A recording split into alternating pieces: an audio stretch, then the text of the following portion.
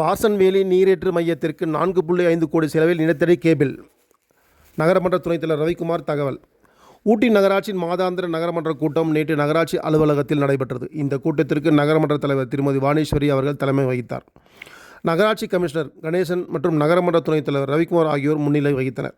இந்த கூட்டத்தில் பேசிய துணைத் தலைவர் ரவிக்குமார், ஊட்டி நகரத்தின் முக்கிய குடிநீர் ஆதாரமாக விளங்கும் பார்சன்வேலி நீரேற்று மையத்திற்கு நிலத்தடி மின் கேபிள் அமைப்பதற்கு மத்திய அரசு தற்போது ஒப்புதல் அளித்துள்ளது. இதற்கான டெண்டர் பணிகள் தற்போது நடைபெற்று வருகின்றன.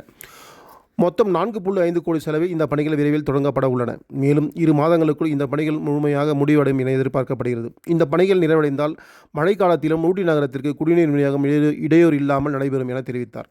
மேலும் அவர் தம் உரையில், ஊட்டியில் உண்மையான தண்ணீர் பற்றாக்குறை பிரச்சனை இல்லை, செயற்கை தண்ணீர் தட்டுப்பாடு தான் சில இடங்களில் ஏற்படுகிறது. ஊழியர்கள் தங்கள் பணியை முறையாக செய்தால் அனைத்து பகுதிகளுக்கும் சீரான தண்ணீர் விநியோகம் உறுதியாகும். எனவே அதிகாரிகள் இதனை தீர்க்க உடனடி நடவடிக்கை எடுக்க வேண்டும் என்றார். மேலும் ஊட்டி நகரின் அனைத்து பகுதிகளிலும் தூய்மைப் பணிகள் முழுமையாக மேற்கொள்ளப்பட வேண்டும். சமீபத்தில் நடைபெற்ற முதல்வரின் வார்டு கூட்டம் அனைத்து வார்டுகளிலும் மிக சிறப்பாக நடைபெற்று நடந்தது. பொதுமக்கள் ஆர்வத்துடன் இதில் கலந்து கொண்டு தங்கள் கோரிக்கைகளை தெரிவித்தனர். இந்த கூட்டங்களை சிறப்பாக ஒருங்கிணைத்த அதிகாரிகளுக்கும் பணியாளர்களுக்கும் எனது நன்றிகள் என துணைத் தலைவர் ரவிக்குமார் தெரிவித்தார்.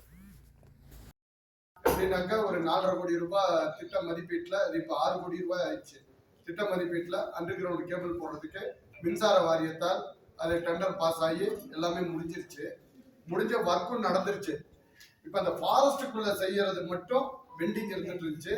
அதற்கான அனுமதி இங்கிருந்து பர்மிஷன் போர்ட்டல்ல போய் சென்னையில் ஓகே ஆகி டெல்லி போய் டெல்லியில இருந்து இப்போ வந்துருச்சு. டெல்லியில இருந்து பாஸ் ஆகி வந்துருச்சு. இனி லே பண்றது ஒண்ணுதான் வேலை. இதுக்கிடையில என்ன ஆயிடுச்சுன்னா, ஃபாரஸ்ட் டிபார்ட்மெண்ட்ல இருந்து ஒரு 18 லட்சம் ரூபாயும் ஒரு சூப்பர்வைசிங் சார்ஜின்னு சொல்லி ஒரு 20 லட்சம் ரூபான்னு சொல்லி கிட்டத்தட்ட 38 லட்சம் ரூபாய பணம் கட்டணும்னு சொல்லி கொடுத்துட்டாங்க. இதே ஃபாரஸ்ட் டிபார்ட்மெண்ட் இப்ப இபி இது இபி கட்டுறதா முனிசிபாலிட்டி கட்டுறதான்னு சொல்லி பெண்டிங் வச்சிருந்தாங்க.